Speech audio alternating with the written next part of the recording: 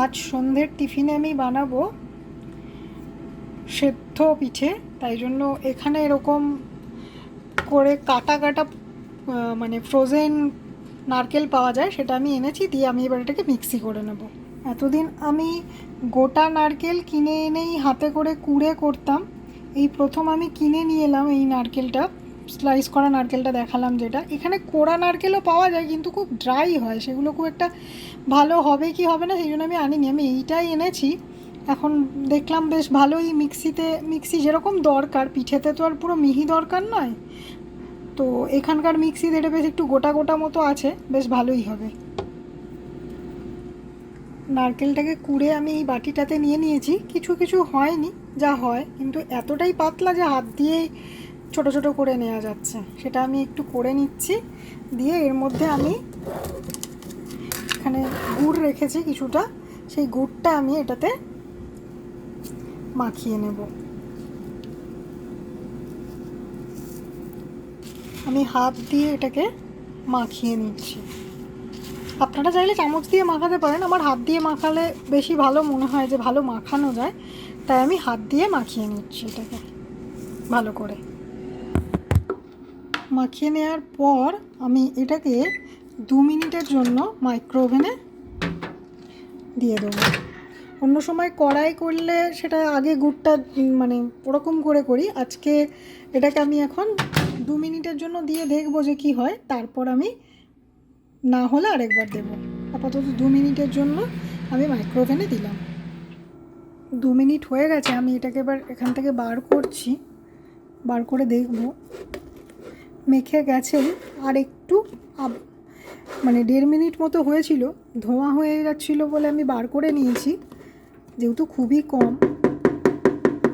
কম বলে বার করে নিয়েছি। দিয়ে আমি আরেকবার দিয়ে নেব 30 সেকেন্ডের জন্য, মানে টোটাল 2 মিনিট দিলেই হবে। এই নারকেলটা বেশ শক্ত মতো হয়ে গেছে, যেরকম নারকেলের নাড়ু করলে হয়, ওটাকে রেখে দেওয়াতে ওরকম হয়ে গেছে। দিয়ে আমি এবারে পিঠের জন্য এখানে নিয়েছি চাল গুঁড়ি আর একটু নুন আর গরম জল। এবার আমি এই চাল গুঁড়িটাকে নুনটা মিশিয়ে গরম জল দিয়ে মাখবো, যতটা লাগবে সেই রকমভাবে গরম জল নিয়ে আমি মাখবো। এই যে আমি গরম জল দিয়ে মাখছি।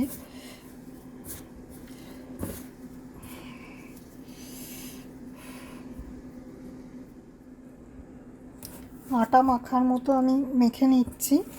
এটাকে আরেকটু সমান করতে হবে, আর জল লাগবে না মনে হচ্ছে আমার, আর জল লাগবে না। এবার আমি এটাকে চটকে নেব, দিয়ে একটু মসৃণ করে নেব।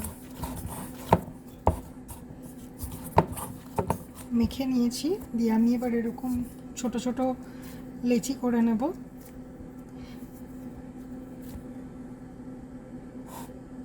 এরকম লেচি করে নিয়েছি, দিয়ে আমি এটাকে হাতের সাহায্যে এরকম করে নেব। ফেটে গেলে একটু জল দিয়ে নেব হাতে, তাহলে আর ওটা ফাটবে না।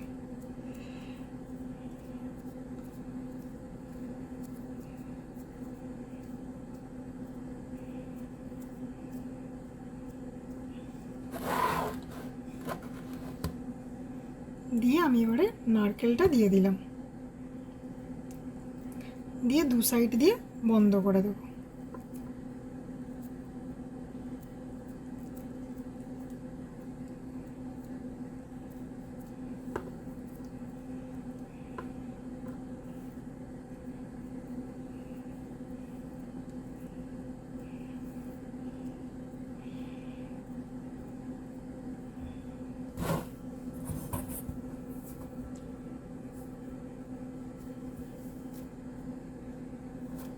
লিচি বানিয়ে নিয়েছি, দিয়ে আমি এবার এটাকে সুন্দর করে যেরকম করে পুর ভরতে হয় সেরকম করে 2 হাত দিয়ে করে নেব।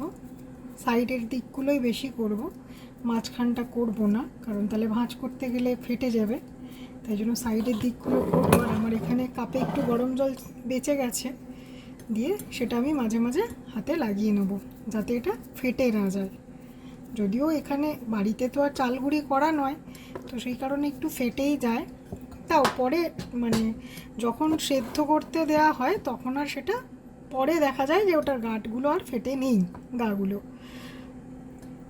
তো এই নারকেলের পুরটাও আমি দিয়ে দিলাম, দিয়ে আমি এবার এটাকে বন্ধ করে দেব।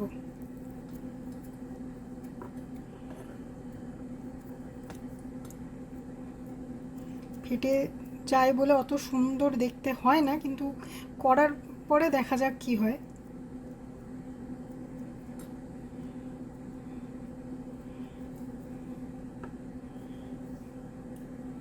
আমি এরকম দেখতে সবগুলো বানিয়ে নিই একই রকমভাবে লেচি করে, তারপরে আবার দু হাত দিয়ে চিপে তার ভেতরে পুর দিয়ে এটাকে বন্ধ করে দেবো।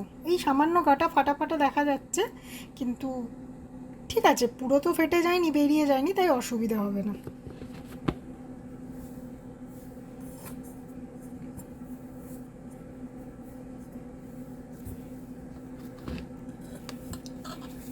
চালগুড়িটাকে অবশ্যই ঢাকা দিয়ে রাখবেন, যখন করবেন বাকি চালগুড়িটা যেন ঢাকা দেয়া থাকে, যেন ওতে হাওয়া লেগে ওটা শক্ত না হয়ে যায়।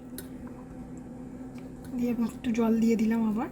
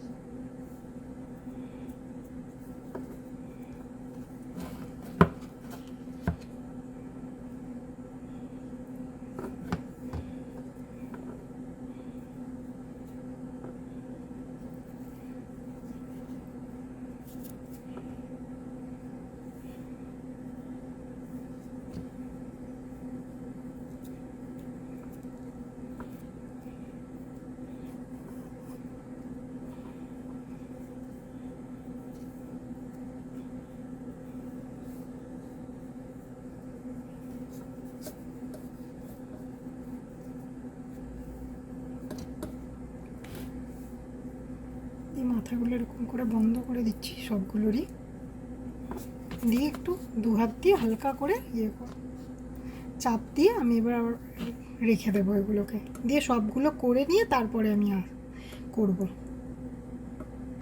করে নিই আমি এক এক করে।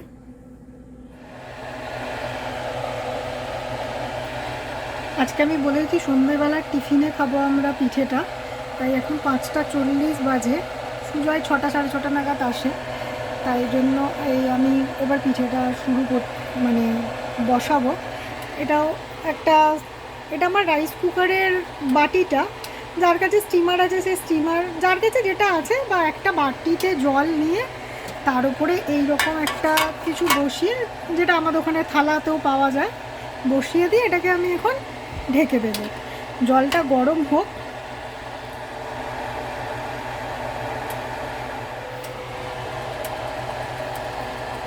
জলটা গরম হচ্ছে, আর আমি এখানে এই পিঠেগুলোকে যেগুলো বানাচ্ছিলাম সেগুলোকে আমি এরকম করে বানিয়ে রেখে দিয়েছি, সবগুলো একবারেই বানিয়ে নিয়েছি। দিয়ে জলটা গরম হলে তারপর আমি এগুলোকে ওর ওপরে দিয়ে দেবো এক এক করে। ঢেকে রেখেছি, নয়তো শক্ত হয়ে যাবে, তাই জন্য ঢাকা দিয়ে রাখছি।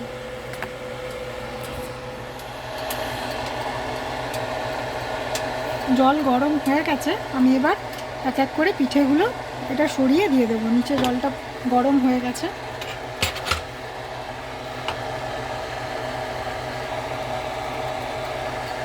সেদ্ধ পিঠে তৈরি করা খুব সহজ আর তাড়াতাড়িও হয়।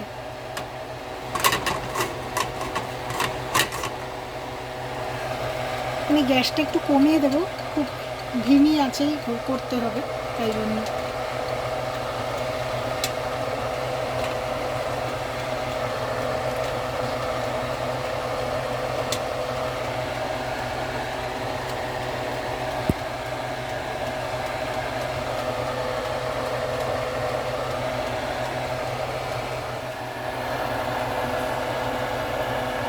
আমি সব পিঠেগুলো একবারেই দিয়ে দিয়েছি, দিয়ে গ্যাসটাও কমানো আছে, আমি এই 4-এ করে দিলাম, দিয়ে আমি এবার এটাকে ঢেকে দিলাম। এটা 10 মিনিটের জন্য ঢেকে দিলাম।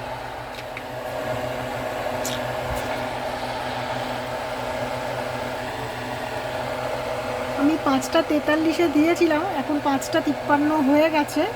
তো 10 মিনিট হয়ে গেছে, আমি এবার এটাকে বন্ধ করে দেবো।